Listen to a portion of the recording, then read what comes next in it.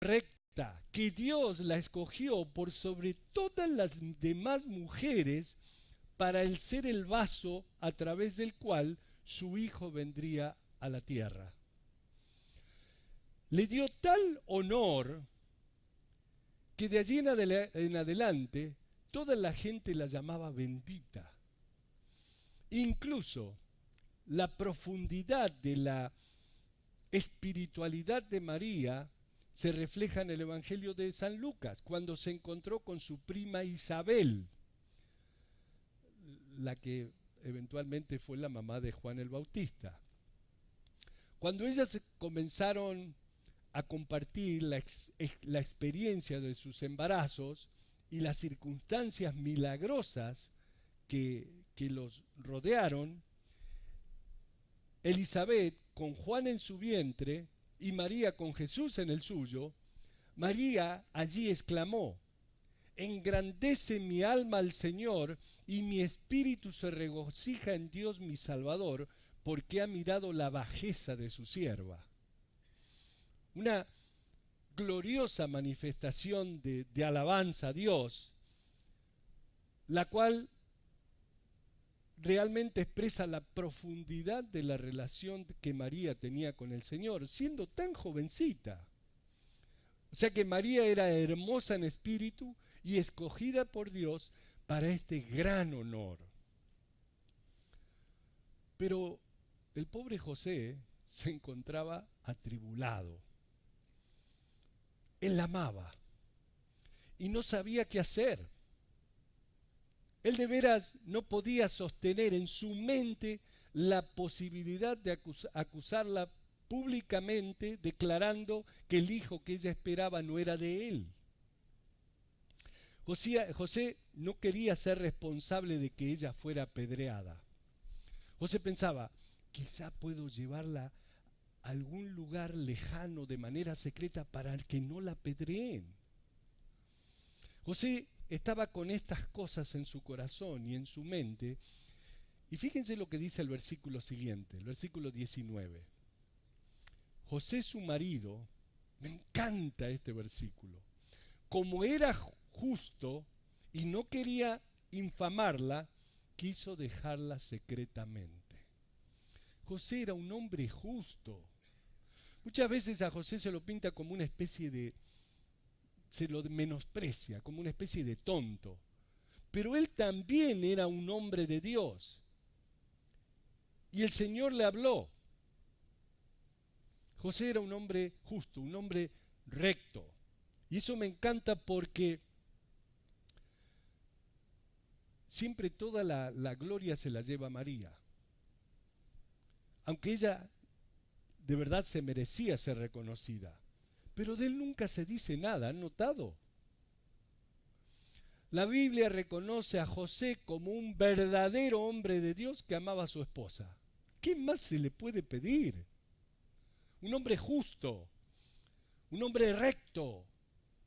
Ahora, evidentemente José murió temprano en la vida de Jesús, porque después del retorno de Egipto, la única referencia que se tiene de él está en en San Juan capítulo 6, donde dice: ¿no es este Jesús el hijo de José, cuyo padre y madre nosotros conocemos?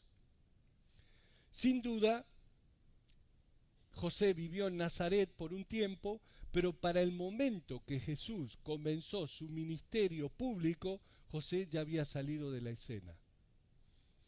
El versículo 19 dice: José su marido, como era justo y no quería infamarla, quiso dejarla secretamente.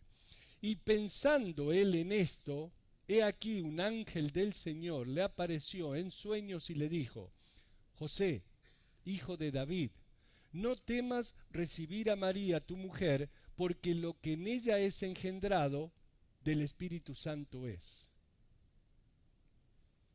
Por estar desposados, ellos eran considerados esposos, aun cuando todavía no se habían casado. Versículo 21. Y dará a luz un hijo y llamará su nombre, ¿cómo? Jesús. En tu Biblia está en en letras, ¿cómo se llama? Mayúsculas. Porque, y ahí está la misión de Jesús, porque Él salvará a su pueblo de sus pecados. Fíjense, y dará a luz un hijo y llamará su nombre Jesús, porque Él salvará a su pueblo de sus pecados. Ya lo he explicado esto varias veces, pero la palabra Jesús viene de la palabra griega Jesús, la cual viene de la palabra hebrea Yahshua. ¿Amén? O sea que en el griego Jesús, en el hebreo Yahshua. Yahshua en realidad es una palabra compuesta. Yah de Yahweh, Yahová, que significa Dios. Yeshua en el hebreo es salvación. De manera que la palabra completa, Yahshua, significa Dios salvación o Dios salvador.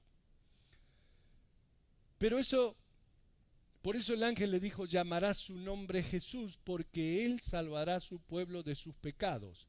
O sea que su nombre implica su misión de salvador. ¿Notan?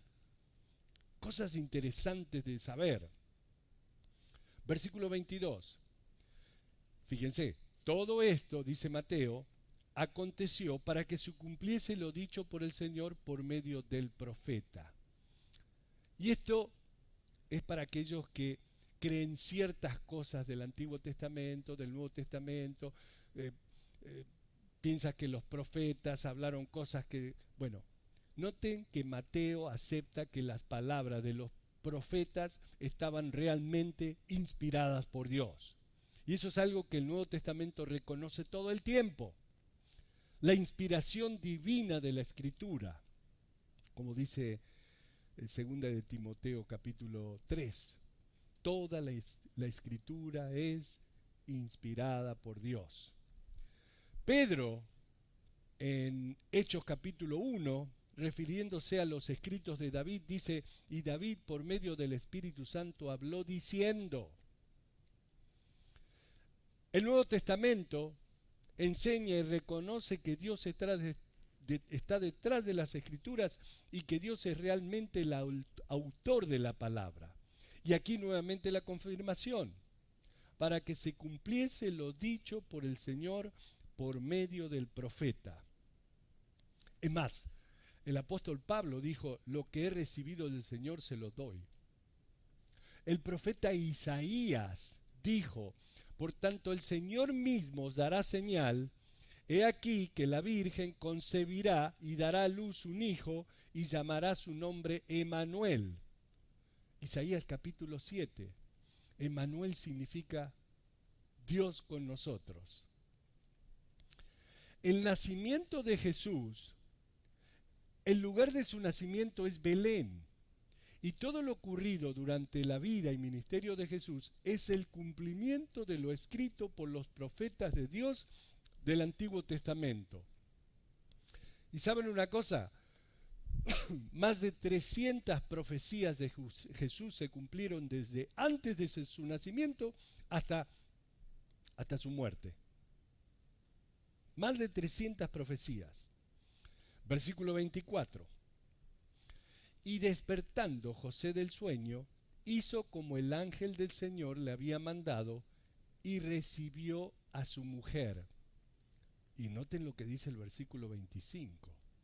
Pero no la conoció hasta que dio a luz su hijo primogénito y le puso por nombre Jesús.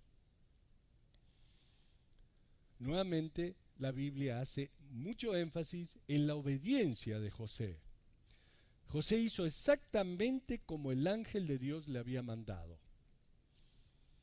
Y por último, en el versículo 25,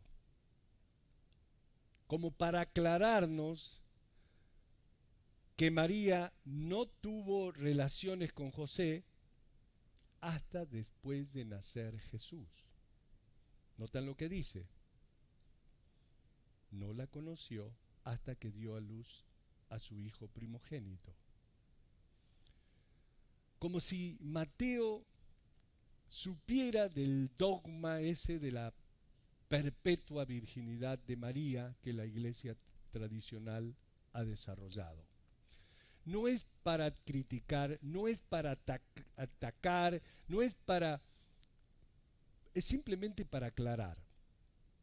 Pero eso de la virginidad perpetua de María es un invento del hombre que busca elevar a María a un estado de deidad, de supremacía, de ponerla al nivel de Dios.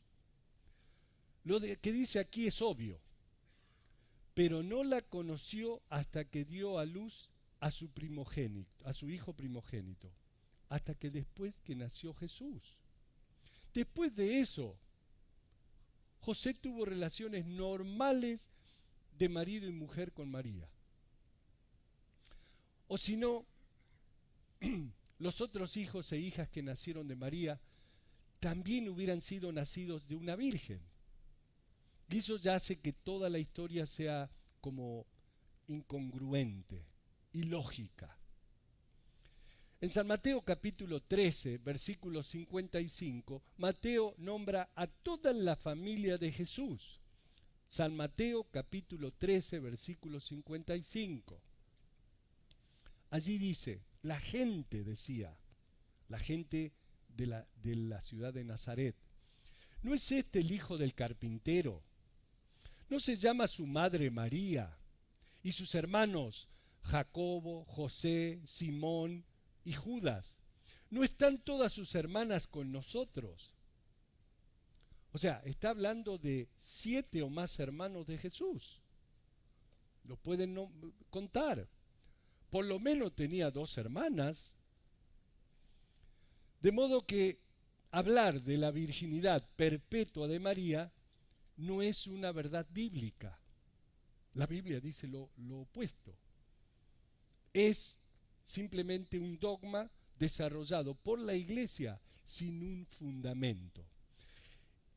Y no es que esté atacando a aquellos que todavía rezan a la Virgen, pero esa es la realidad.